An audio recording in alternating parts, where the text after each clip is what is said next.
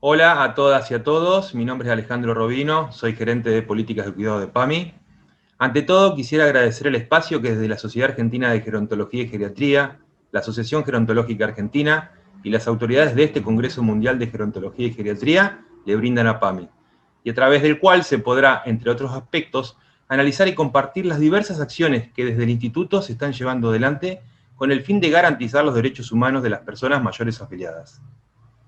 Es un agrado para mí presentar a la doctora Mónica Roqué, quien en esta oportunidad nos hablará sobre las acciones que se han llevado y se están llevando adelante desde PAMI, particularmente en el marco de los derechos protegidos por la Convención Interamericana sobre la protección de los derechos humanos de las personas mayores. La doctora Roqué es médica, magíster en Administración de Servicios de Salud y Seguridad Social con especialización en tercera edad por la OIS y magíster en Dirección y Gestión en Sistemas de Seguridad Social por la Universidad de Alcalá, España. Además, es presidenta de la Asociación Latinoamericana de Gerontología Comunitaria.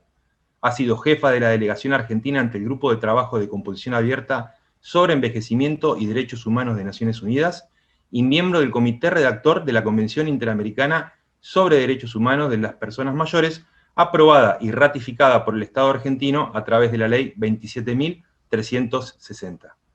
Actualmente, la doctora Roqué es secretaria general de Derechos Humanos, Gerontología Comunitaria, Género y Políticas de Cuidado de PAMI. Mónica, te escuchamos.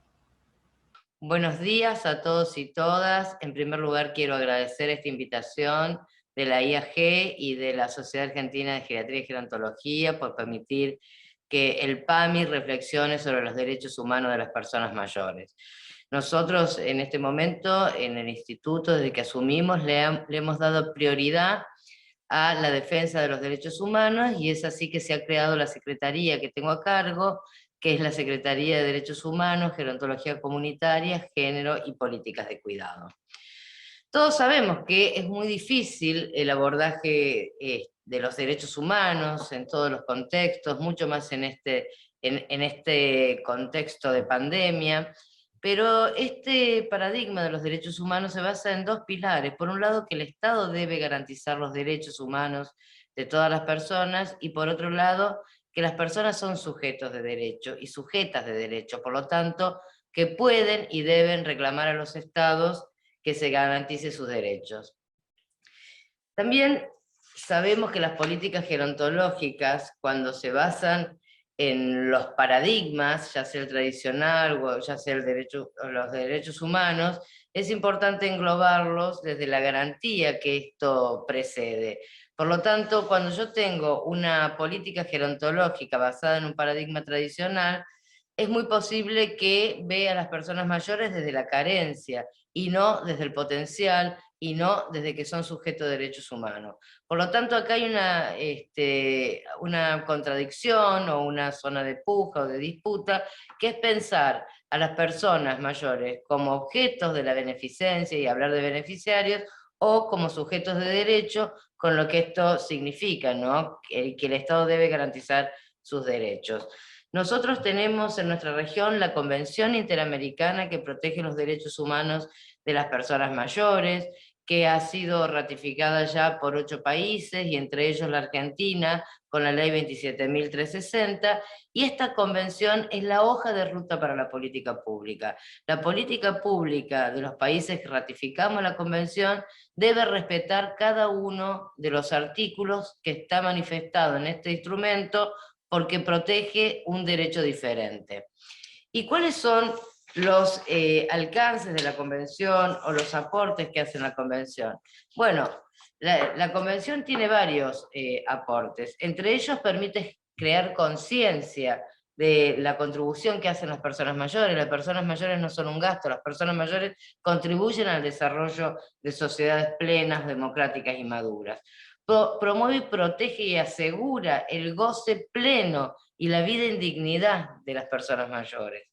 Se pronuncia contra todos los estereotipos negativos y los prejuicios en la vejez. Establece estándares mínimos de protección, y esto es muy importante porque no es un techo, sino que es un piso la convención. Establece quiénes entran y quiénes salen de este grupo, y establece que toda persona de 60 años y más se encuentra comprendida en el grupo de personas mayores. Y por otro lado, prohíbe la discriminación por edad o lo que conocemos con el nombre de viejismo. Estas son contribuciones fundamentales que hace este instrumento jurídicamente vinculante. Algo no menor es que en el artículo 5, que es el artículo de igualdad y no discriminación, prohíbe la discriminación por orientación sexual, por género y por identidad sexual. Y esto es un avance muy significativo porque no existe otro instrumento jurídicamente vinculante que manifieste taxativamente esta prohibición.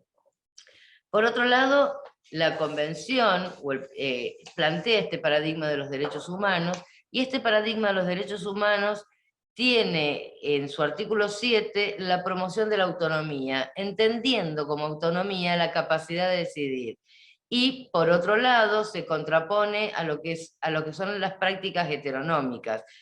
Las prácticas heteronómicas son producidas por una cultura donde las personas mayores están sometidas al deseo de la construcción cultural del momento. Por ejemplo, nosotros tenemos personas mayores que a lo mejor quieren seguir estudiando, que quieren realizar tener una nueva pareja. Sin embargo, esta cultura viejista del paradigma tradicional plantea: a tu edad te vas a enamorar, a tu edad vas a trabajar, a tu edad vas a estudiar, mientras que la cultura y el paradigma de los derechos humanos respeta la voluntad y la capacidad de decidir de todas las personas mayores, porque son sujetas de derecho. Pero bueno, en este paradigma donde nosotros pretendemos promocionar la Convención y respetar y garantizar los derechos humanos de las personas mayores, es que aparece la pandemia, que aparece el COVID. Y lo que se ha producido es una exacerbación de todas las discriminaciones, del viejismo que sucedía en todas las sociedades del mundo, porque hay que decir que no es una cuestión de nuestra región y de nuestro país, sino que la discriminación por edad se produce en todos los países del mundo, y lo que vino a hacer la pandemia es profundizar justamente esas situaciones de discriminación y generar lamentablemente una atención selectiva de la salud, donde a las personas mayores no se les brindaba atención simplemente por tener una determinada edad.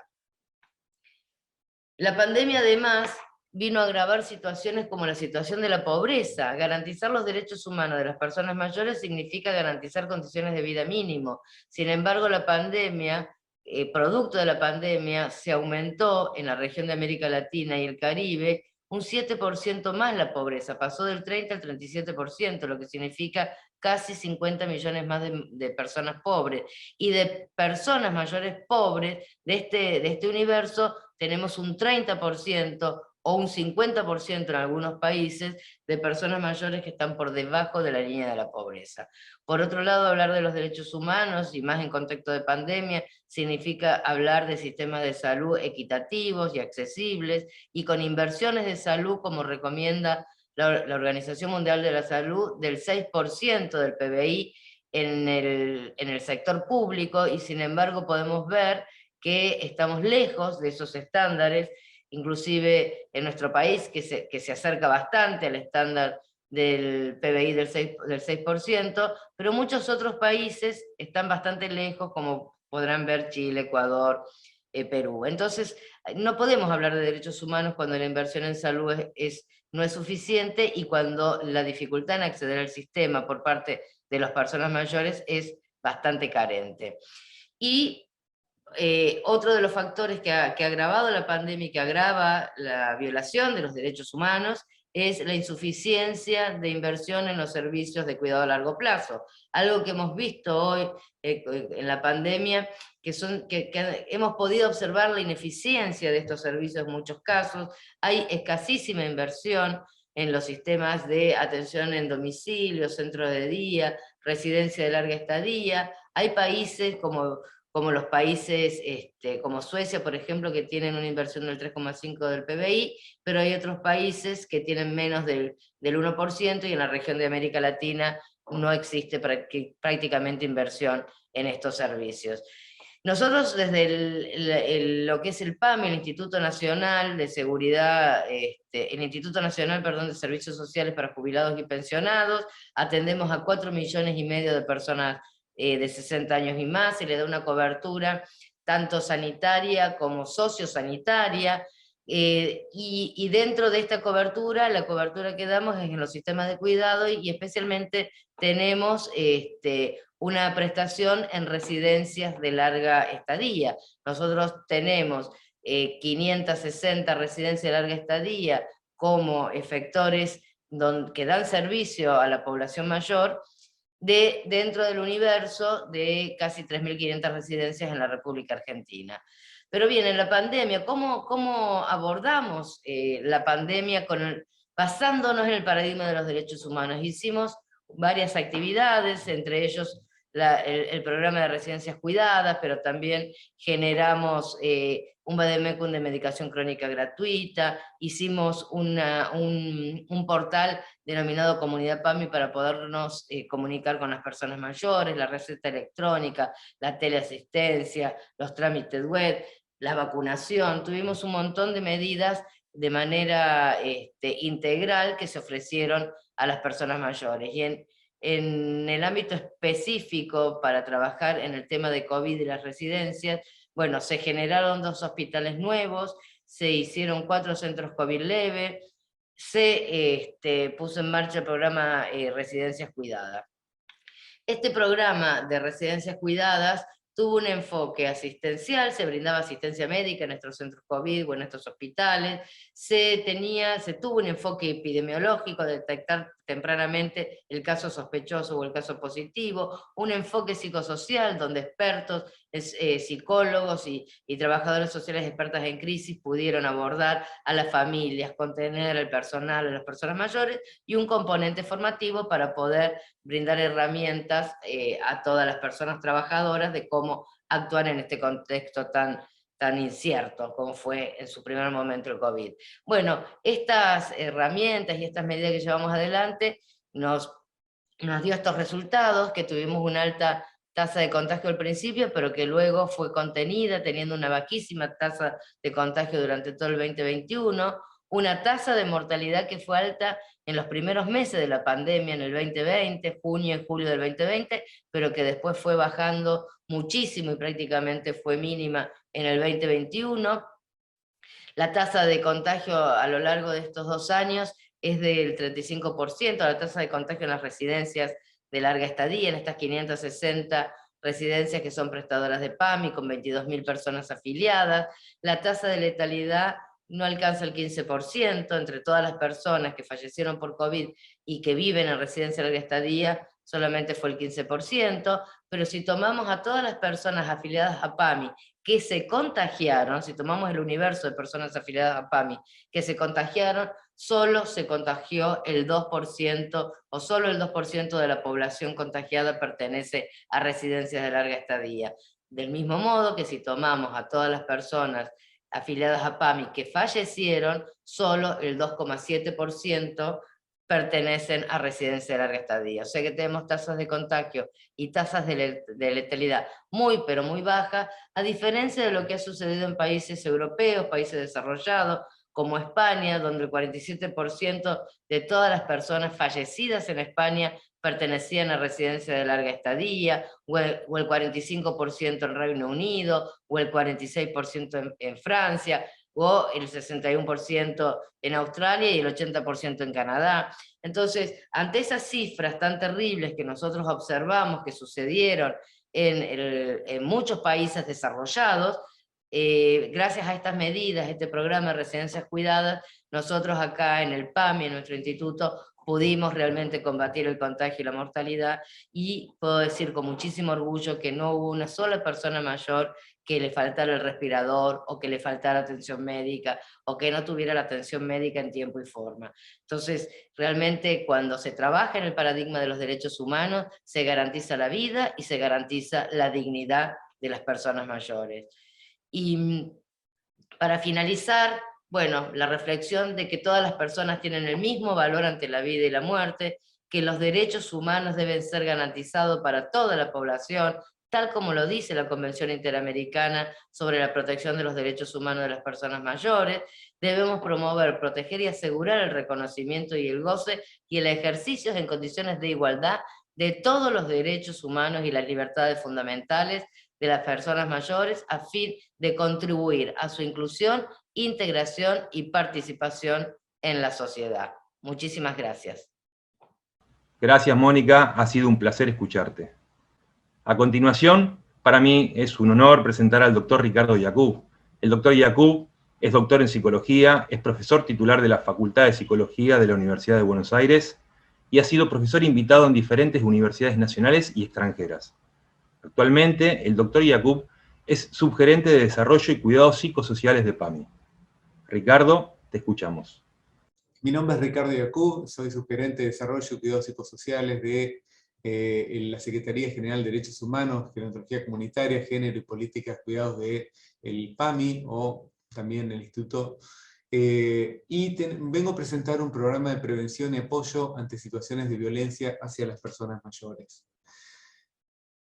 La gerontología comunitaria es la base sobre la cual nosotros construimos lo que estamos pensando, lo que estamos trabajando. ¿Por qué? Porque entendemos que la gerontología como tal debe de ser una respuesta política ante ciertas coyunturas donde se producen situaciones de injusticia, se produce discriminación, violencia hacia las personas mayores, lo cual niega la inclusión y el empoderamiento de las mismas. Consideramos también que desde instituciones tan macro como estas podemos cuestionar y transformar las políticas de edad, es decir, los mecanismos de control que se ciernen sobre los sujetos, estos mecanismos disciplinarios que llevan a que pareciera que le atribuyamos más poder a unos que a otros y limitemos el desenvolvimiento de unos y ponderemos lo de los otros. En este punto vamos a partir de una definición de violencia que da la OMS en 2014, que la entiende como un uso intencional de la fuerza o del poder físico, que puede ser de hecho, que puede ser como una amenaza contra uno mismo, otra persona, contra un grupo, comunidad, y que tenga muchas probabilidades de causar lesiones, ya sea que lleven a la muerte, pero también daños psicológicos, y algo que me parece fundamental, trastornos en el desarrollo o privaciones, que también se pueden dar en esta etapa de la vida. Y creo que podríamos retraducir estas nociones como el exceso de poder y control de unos sobre otros, y lo podemos ver muy claramente sobre el gran paternalismo que se cierne sobre ciertos mayores que terminan limitando deseos, voluntades, capacidades, recursos que estos mismos tienen. El ejercicio de un daño que se puede proferir sobre este grupo, el fuerte desequilibrio de posiciones de poder que a veces se generan en ciertas instituciones o en las relaciones cotidianas donde pareciera que el joven, por ser joven, sabe más, puede más que la persona mayor. Y finalmente, algo que es un código de época en el cual muchos de nosotros venimos comprometidos con distintas minorías o con grupos que fueron aminorados socialmente a lo largo de la historia para reivindicar esta posición, para modificarla y para poder empoderar y dar un equilibrio mayor ante las posiciones de poder. En este sentido, partimos de un enfoque de la violencia que nos brinda Johan Galtung, en el cual nos propone un triángulo en el cual hay algunos fenómenos que son muy visibles y otros que son menos visibles.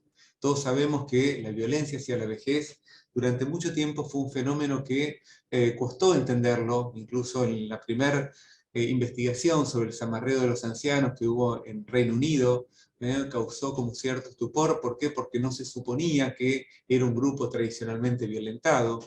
Y en realidad es como que muchas veces esta violencia directa, el golpe, el zamarreo, la violencia, los gritos, las intimaciones, en realidad nosotros muchas veces, a veces no solemos verlas. ¿Por qué? Porque aparecen dentro de un contexto, de una violencia cultural que le da sentido. Hay que proteger al adulto mayor, entonces si hace falta controlarlo, sujetarlo, ¿no? Atarlo, como muchas veces llegamos a hacer, pareciera que cobra sentido dentro de una violencia cultural que es mucho más profunda. Y al mismo tiempo una violencia estructural, donde ciertas instituciones, el Estado, las sociedades de la familia, pareciera que se arrogan el derecho de dictaminar cuáles son las necesidades lícitas o ilícitas de las personas mayores o de otros grupos que también son aminorados socialmente. En este sentido, constituimos un programa en el cual nos basamos en uno de los elementos más importantes, más ricos que tenemos como sociedad, especialmente en Latinoamérica y particularmente en nuestro país, que es la Convención Interamericana sobre la Protección de los Derechos Humanos de las Personas Mayores, que a través del artículo 9, 10, 11 y 16 condenan explícitamente distintas formas de violencia que se producen sobre las personas mayores y que hoy son parte de nuestra Constitución. Asimismo, también tenemos los derechos del paciente en su relación con profesional del Instituto de la Salud, y en el Código de Ética del Instituto, de nuestro propio Instituto, en el cual que ha sido recientemente aprobado y que dan forma a esto que se ha tomado como un desafío central, que es el buen trato a las personas mayores, y por ello tenemos un curso de buen trato que ha salido recientemente. ¿Cuáles son los objetivos de este programa? Detectar e intervenir situaciones de violencia a tiempo y adecuadamente para aportar soluciones. Sabemos que la violencia, si nosotros llegamos tarde, no le podemos dar una solución. Sabemos que en este sentido las soluciones tienen que ser adecuadas a los contextos, tienen que ser posibles ante las distintas situaciones que nosotros vamos a ir abarcando. Entendemos que cada reclamo que se haga no puede quedar aplanado por la decisión de alguien que pueda o no pueda. Sabemos que tenemos que generar más reclamos. ¿Por qué? Porque en muchos lugares no son tan sencillos a llegar al reclamo. Hay mucha gente que tiene temor de reclamar, que no entiende que esta es una gestión que es válida y que es importante para nuestro propio instituto que la persona lo haga. Tenemos que también sensibilizar y dotar de recursos al propio personal del instituto para que pueda tomar estas quejas, para que pueda empatizar con estas quejas y no pensar que es una crítica al instituto.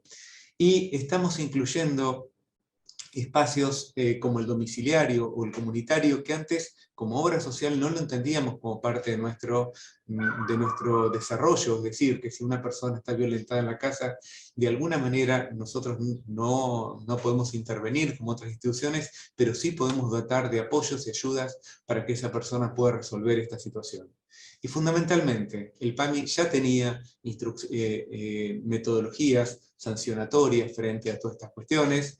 En realidad lo que nosotros queremos es que haya metodologías que sin sancionar puedan complementar, puedan ayudar, puedan instruir, puedan entender por qué se producen ciertas situaciones de malos tratos, obviamente coexistiendo con estas sanciones justamente para amplificar nuestras formas de acceso.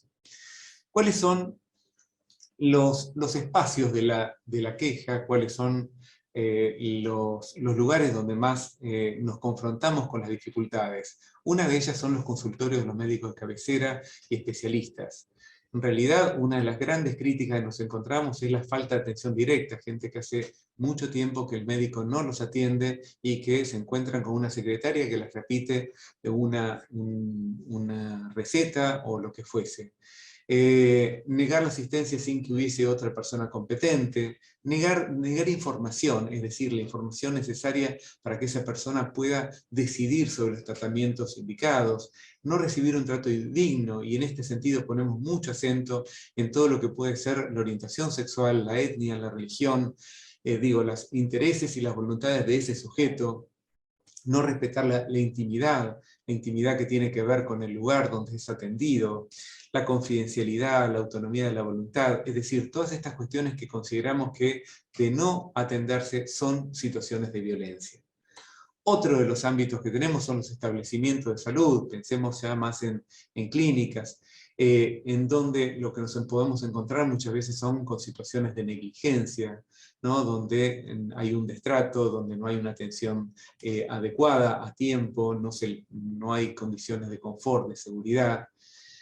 La violencia psicológica, que muchas veces lo vemos en tratos hostiles, en no atender, incluso no atender específicamente a pacientes de ciertas obras sociales y darle más importancia a otras, en el disgusto, en el rechazo por poder atender, incluso en violencia física que estamos tomando como quejas que aparecen más habituales de lo que hubiésemos imaginado y querido. No preguntarle a las personas qué es lo que van a hacer, ni informarles, y muchas veces tomar al familiar como si fuese el referente cuando la persona tiene la capacidad para poder decidir por sí mismo. Bueno, obviamente no respetar nuevamente la intimidad, todo esto que los derechos del paciente lo indican.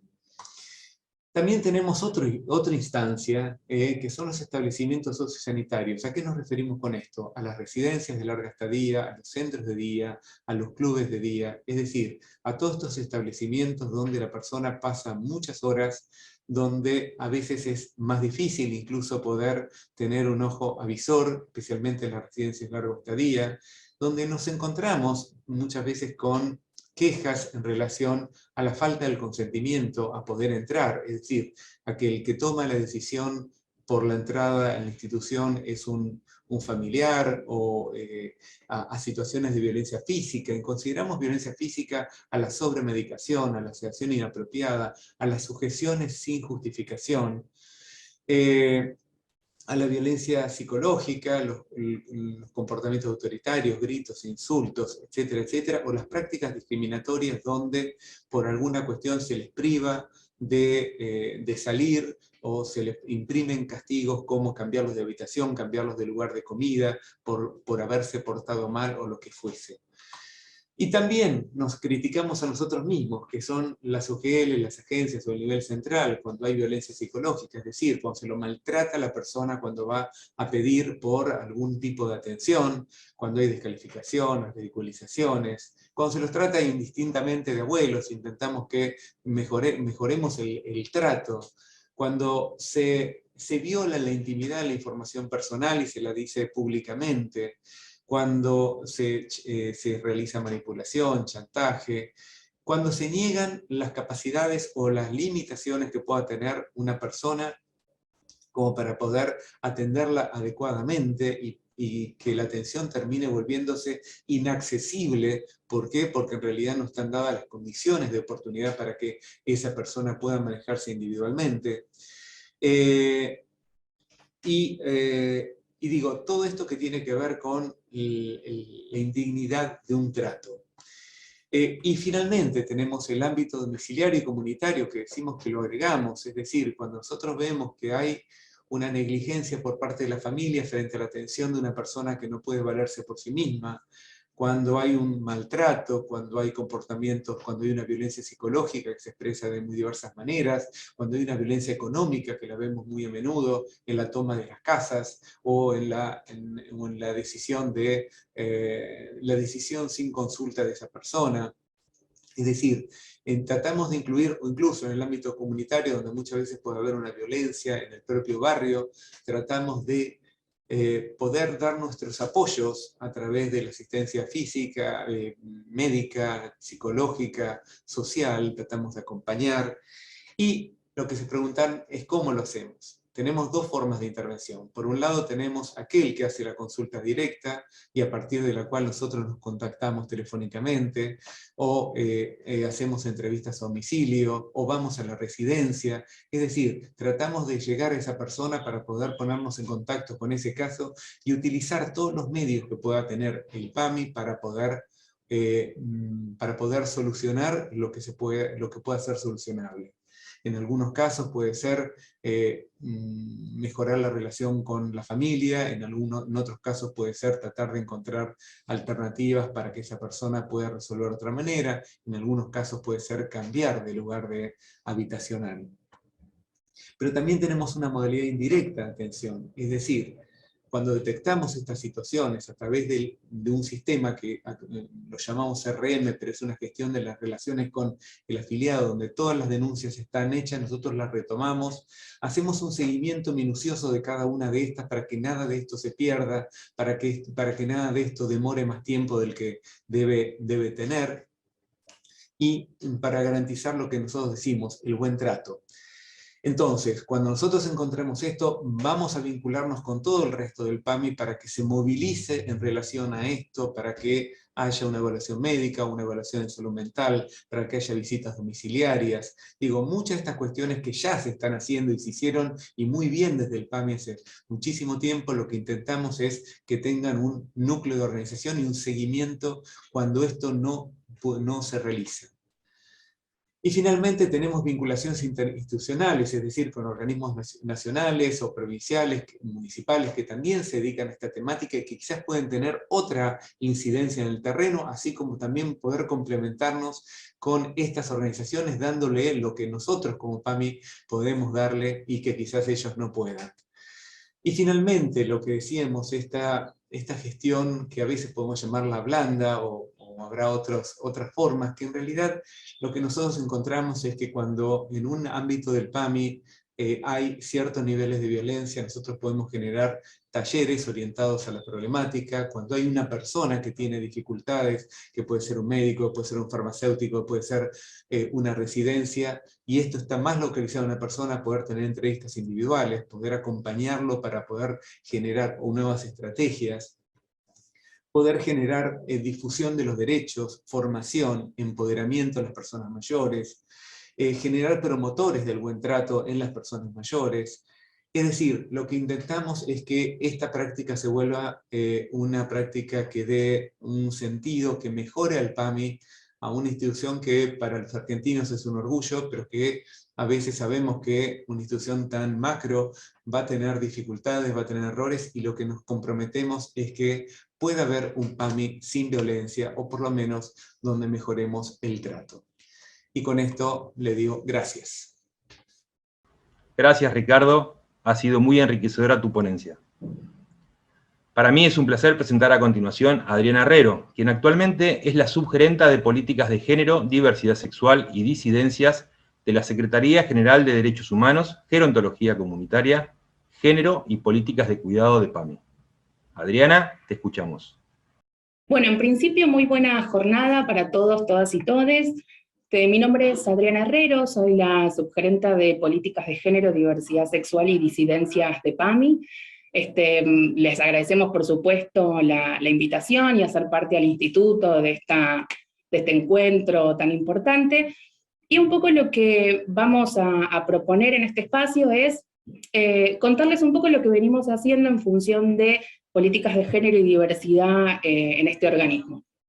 Para empezar un poco, comentarles que en diciembre del 2019, cuando Luana Volnovich asume la gestión de la obra social, lo primero que hace es precisamente crear un área nueva, toda una estructura que no había existido en los 51 años de historia de la institución, que es la Secretaría General de Derechos Humanos, Gerontología Comunitaria, Género y Políticas de Cuidado, de donde depende la subgerencia de Políticas de Género y Diversidad que me toca conducir. Y un poco la creación de este espacio lo que expone es, bueno, claramente la intencionalidad de PAMI de incluir una mirada amplia en relación a las personas afiliadas. Y en particular la subgerencia de Políticas de Género y Diversidad tiene por objetivo precisamente transversalizar de la perspectiva de género y diversidad sexual en todas las políticas que el instituto tiene hacia su población afiliada. Y tomando siempre, por supuesto, como horizonte, ¿no? la Convención Interamericana de Protección de los Derechos Humanos de las Personas Mayores y el enfoque de derechos humanos que allí se plantea. Luana Volnovich, cuando asume la gestión, pone esto, un fuerte énfasis en recoger esta perspectiva y hacerla realidad efectiva con una gestión que responda a los principios, pero sobre todo que pueda dar respuesta a las problemáticas que de ahí se desprenden.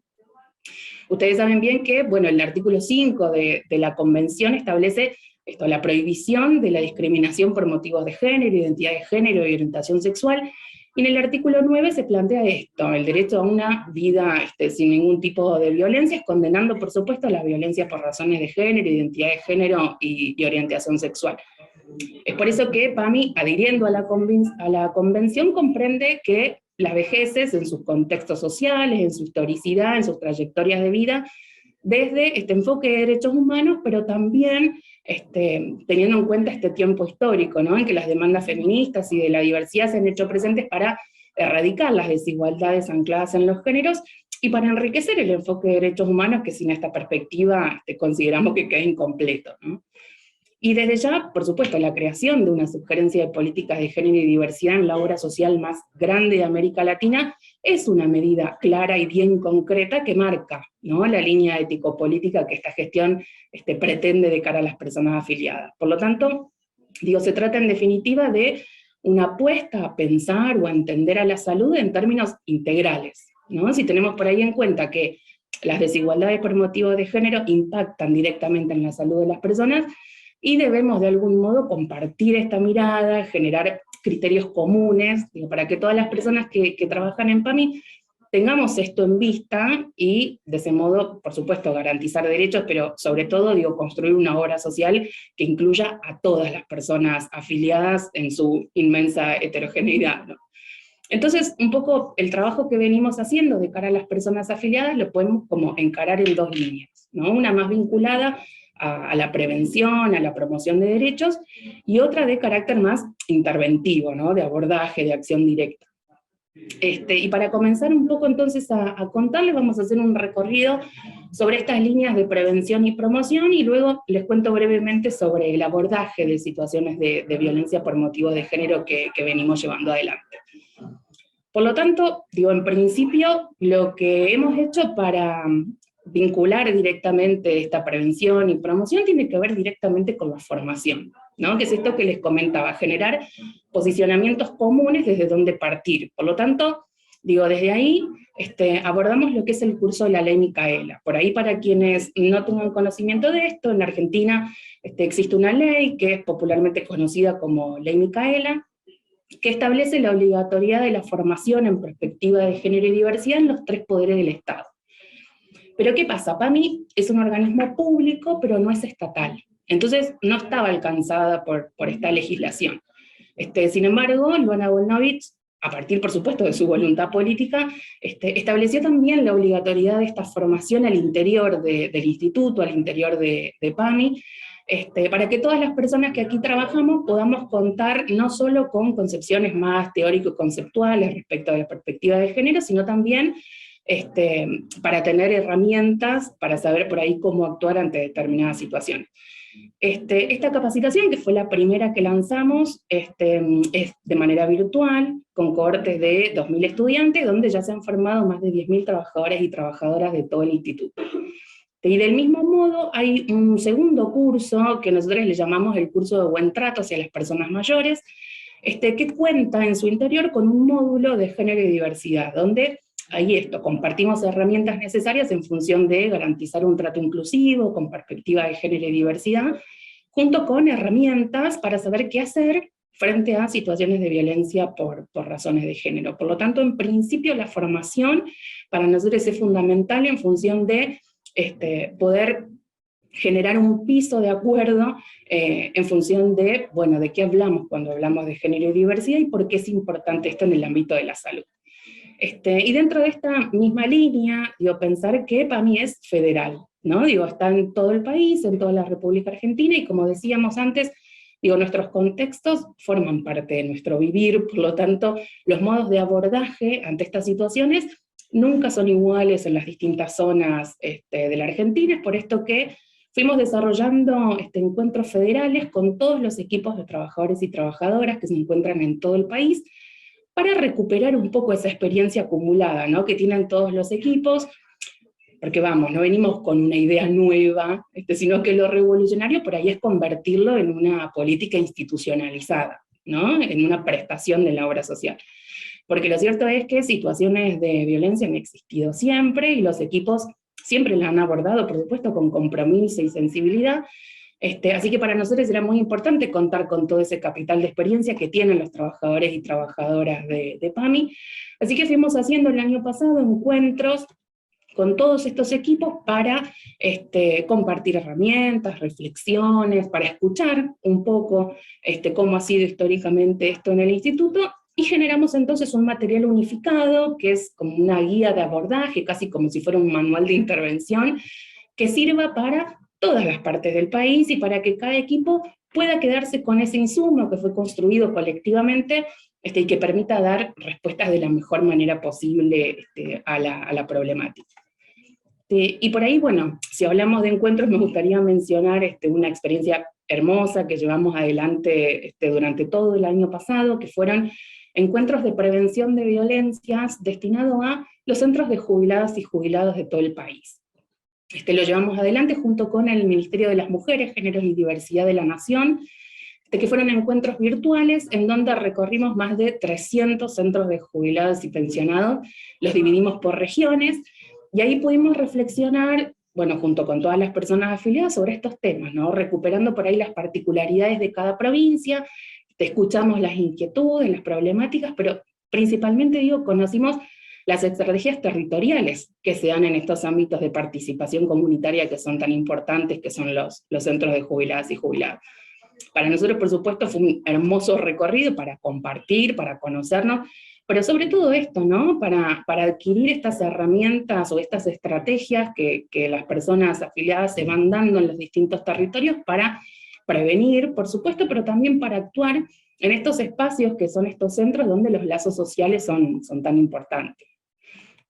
Y bueno, como veníamos diciendo un poco, esta es una temática, una problemática que requiere, por supuesto, el compromiso de todos y todas, así que también lanzamos este curso de buen trato que les contaba antes, pero para médicos y médicas de cabecera, ¿no? Y esto es poder compartirles un poco esta mirada para generar espacios de consulta inclusivos, respetuosos, desde un enfoque de derechos humanos, donde ya transitaron más de 4.000 médicos y médicas de cabecera, formándose en esta perspectiva, que para nosotros es fundamental, ¿no? Porque las consultas, los espacios de consulta médica, son muchas veces esos espacios donde las personas tienen la oportunidad de hablar, ¿no? De generar como un clima de confianza, de diálogo. Por lo tanto, para nosotros poder contar con esas herramientas, pero generar una alianza con los médicos y médicas, en este sentido para nosotros también es esencial. Y pensando un poco en, ¿no?, todas las aristas que esto tiene, desarrollamos también espacios de intercambio y de formación con los agentes y las agentes de la línea de PAMI Escucha. Esto es, los trabajadores y trabajadoras que están en la línea telefónica, para que no solo tengan herramientas, ¿no?, de trato inclusivo, de no discriminación, en las conversaciones que ahí se mantienen, sino también para poder tener aceitados estos circuitos para que inmediatamente cualquier operador o operadora se noticia de una situación de violencia, de que por teléfono es como muy frecuente que se expresen, ¿no? Puedan derivarlo rápidamente a nuestro equipo para comenzar las intervenciones que sean necesarias. Digo, los y las trabajadoras de la línea de atención ya se encuentran entonces capacitadas y formadas para atender de la mejor manera, sabiendo principalmente con qué herramientas contamos, y sensibilizados por supuesto en la temática, para que todas esas demandas puedan encontrar como el canal más adecuado para actuar con celeridad. Y un poco, bueno, también es necesario reconocer y reparar desde lo simbólico, ¿no? Por eso, digo, estamos modificando progresivamente todos los formularios de perfiles de las personas afiliadas y de personas trabajadoras también, y esto es poder incluir en los formularios, en las inscripciones, todas las categorías identitarias de género, ¿no? Entonces, para inscribirse a los cursos que PAMI propone, para las encuestas, para los formularios digitales, para los perfiles de afiliación, incluimos categorías de identidades de género, porque entendemos que esta medida no solo va a permitir, por supuesto, contar con insumos de información que nos puedan permitir planificar de forma más adecuada, sino que reconocemos por primera vez todas las maneras de existir, ¿no? Y es posible incluso que muchas personas vean por primera vez reflejado en un formulario su identidad de género, por lo tanto para nosotros configura una medida reparatoria y de respeto a todas las personas afiliadas. Y por supuesto consideramos esto, que el intercambio, que la articulación con todas las instituciones y todos los organismos es fundamental para poder brindar servicios integrales. Por eso, digo, PAMI participa de la mesa interministerial, transversal del Gabinete Nacional, que son todas las áreas de género de todos los organismos a nivel nacional. Nos encontramos una vez por mes para pensar acciones en conjunto, aceitar los canales de comunicación, de articulación, y de ese modo por ahí garantizar derechos no solo a mujeres y personas del colectivo LGBT.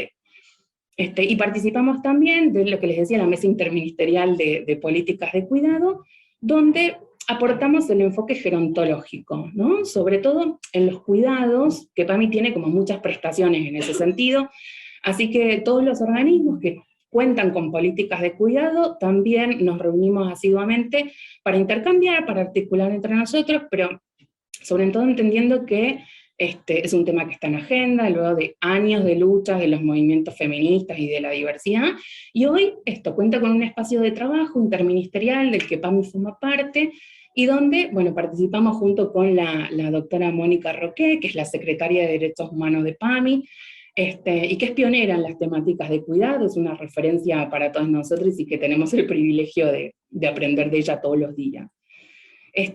Bueno, y por ahí, para no robar más tiempo, quisiera contarles un poquito sobre ese segundo eje, ¿no? Ya hablamos un poco de lo que fuimos haciendo en materia de prevención y promoción, pero también contarles un poco lo que hacemos en términos de abordaje de situaciones de violencia por motivos de género con intervención directa, ¿no? Te digo, porque por ahí sí reconocemos esto, que las desigualdades por razones de género en el marco de una cultura o en una sociedad que está ordenada jerárquicamente, no solo por los géneros, sino también por la edad, por cuestiones de clase, de raza, de etnia, esto genera violencias, y esas violencias, como les decía al principio, impactan en la salud de las personas. Entonces, como obra social no solo tenemos la responsabilidad, sino también la obligación de dar respuesta en este sentido. Así que en todo este tiempo de gestión, también hemos abordado situaciones de violencia por motivos de género en personas afiliadas de todo el país, y de igual manera acompañamos a los equipos locales para que vayan fortaleciendo esas herramientas de asesoramiento, de acompañamiento y de contención. Por lo tanto, en cumplimiento con lo que se establece en la Convención, en diciembre del 2021, hace poquitos meses, pusimos en marcha el primer Centro de Protección Integral para Mujeres y Diversidades de PAMI, que se llama Eva Giberti. Para nosotros también es importante reconocer la trayectoria de un montón de compañeras feministas que han abierto el camino para que hoy todo esto pueda desarrollarse, y reconocer también el capital político y social de las personas mayores. Así que para nosotros Eva Giberti, que por supuesto es una referencia, le hemos puesto ese nombre a este centro, que está destinado a atender a personas afiliadas, que en su mayoría son personas mayores, con el propósito de abordar de manera interdisciplinaria las situaciones de violencia de género hacia personas afiliadas desde una perspectiva intersectorial, basada en la construcción o en el fortalecimiento de las redes. Este centro está ubicado en Capital Federal, pero atendemos a personas afiliadas en todo el país. Cuenta con un equipo de profesionales del trabajo social, de la psicología, la abogacía, la sociología, y hay operadoras telefónicas con perspectiva de género y formadas gerontológicamente. Y allí se brinda apoyo psicosocial a las personas afiliadas que transitan situaciones de violencia basadas en el género, fortaleciendo por supuesto sus redes de apoyo, con dispositivos grupales. Hay grupos de ayuda mutua para mujeres y diversidades en situación de violencia. Se desarrollan también talleres de reflexión destinados a las personas afiliadas con el objetivo de prevenir situaciones de violencia por motivos de género. Hay espacios de sensibilización con perspectiva de género destinadas a la comunidad sobre las distintas formas de violencia hacia las personas mayores. Y un poco como les decía antes, ¿no? Desde ahí también asesoramos y acompañamos a todos los equipos de PAMI que se encuentran en contacto con personas afiliadas de todo el país, para el abordaje de estas situaciones de violencia por razones de género en la vejez. Y por ahí de manera más concreta, desde este centro abordamos estas situaciones para todas las personas afiliadas de todo el país.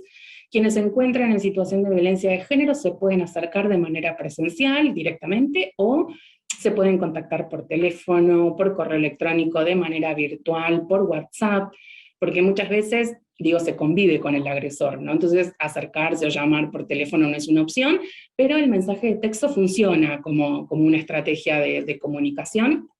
Así que el equipo de profesionales acompaña, asesora y desarrolla todas las líneas de intervención en función de recuperar la salud, finalmente, que para nosotros también es vivir sin violencia, ¿no? Así que esto nos parece como súper importante, porque precisamente que una obra social se encargue de estos temas, es decir, que la salud también está permeada por nuestras historias, por nuestros contextos, por el modo en el que transitamos la vida, por nuestros vínculos, por las discriminaciones o las desigualdades que vivimos durante todo el ciclo de vida. Por eso, celebramos con mucha alegría estos espacios que nos permiten intercambiar, compartir lo que hacemos, que podamos por ahí reflexionar colectivamente, y en definitiva espacios que nos permitan ser mejores como ¿no? Escuchando otras experiencias. Así que, por lo pronto, un breve pantallazo de lo que venimos haciendo en función de de las políticas de género y diversidad en el organismo. Les agradecemos, repito, la invitación y la atención que nos hayan brindado entonces este momento para compartir, y quedamos entonces a la espera si hubiera alguna duda o consulta para seguir conversando. Muchísimas gracias. Gracias, Adriana. Ha sido muy enriquecedora tu ponencia y ha resultado muy esclarecedora toda la información que nos has compartido. Gracias, Mónica, Ricardo y Adriana, por hacernos reflexionar acerca de los derechos humanos de las personas mayores, por compartir sus experiencias en la gestión de PAMI y, en general, por la claridad de sus conceptos sobre las acciones que se vienen realizando en relación a garantizar los derechos para las personas afiliadas, particularmente la multiplicidad de acciones desarrolladas en materia de género, gerontología y derechos humanos de las personas mayores. Pienso que las políticas públicas dirigidas hacia las personas mayores que desde la Dirección Ejecutiva de PAMI se vienen llevando adelante son políticas fundamentales para garantizar el buen trato en la vejez y esenciales para garantizar todos los derechos humanos de las personas mayores. Estas medidas se ponen de manifiesto con muchas de las acciones que se han compartido en esta mesa. Muchas gracias. A continuación, contaremos con un espacio de preguntas para que puedan responder los oradores de esta mesa.